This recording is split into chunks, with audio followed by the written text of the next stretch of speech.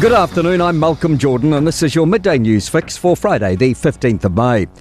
Investigators are door-knocking a Christchurch cul-de-sac following a house fire that's claimed the life of a child and injured 6 other people. Emergency services were called to a rental property on Whitehall Street near Hills Road at around 8:30 last night. Police say the cause of the fire is not confirmed, but not believed to be suspicious.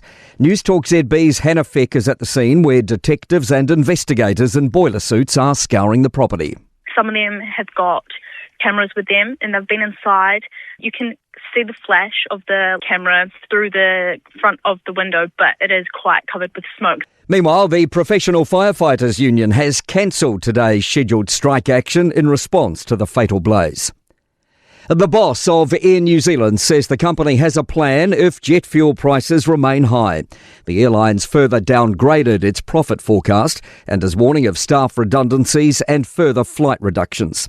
Chief Executive Nikhil Ravishankar says the airline has already reduced flight capacity by 5% through to the end of the July school holidays.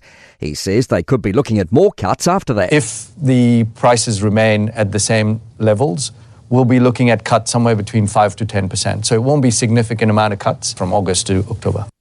Taiwan remains China's bottom line despite efforts to build a more constructive relationship with the US. Donald Trump says the Chinese president vowed to not provide military equipment to Iran and offered to assist the US in resolving the conflict. Earlier, Xi Jinping suggested Taiwan is the most important issue in the US-China relationship and could create a dangerous situation if mishandled. New Zealand China Council Executive Director Alistair Crozier says he couldn't have made it clearer. Should the situation escalate, that would be the leading source of potential conflict between China and the US. The rollout of the government's new curriculum is being delayed for some subjects after teachers raised concerns about the timeframe. The new health and physical education, the arts, technology and languages curriculum for primary students will now be mandatory in 2029 rather than the year before. Social sciences and science still need to be taught next year.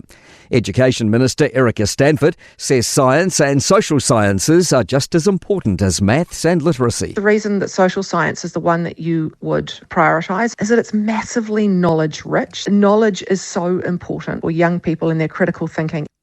The Warehouse Group has delivered a stable third quarter result, with like-for-like store sales remaining largely flat. Chief Executive Mark Sturton says the result reflects progress in a tough climate. And New Zealand is on the hunt for more spies. The Security Intelligence Service has put out a job ad seeking intelligence case officers for next year onwards.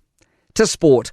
All Blacks coach Dave Rennie claims he will continue to challenge New Zealand rugby officials over eligibility rules. He's hoping to get long-serving overseas players into the selection reckoning. Tidy starts for golfers Ryan Fox and Daniel Hillier at the second men's major of the year, the PGA Championship. Fox is 3 strokes off the clubhouse lead after karting an even par 70. Hillier shot 71. And the surfing world has descended on Raglan for the New Zealand Pro, which is underway at the left-hand breaking Manu Bay. I'm Malcolm Jordan. That's your latest news fix. We'll be back with the next update at 5 p.m. from the Newstalk ZB newsroom.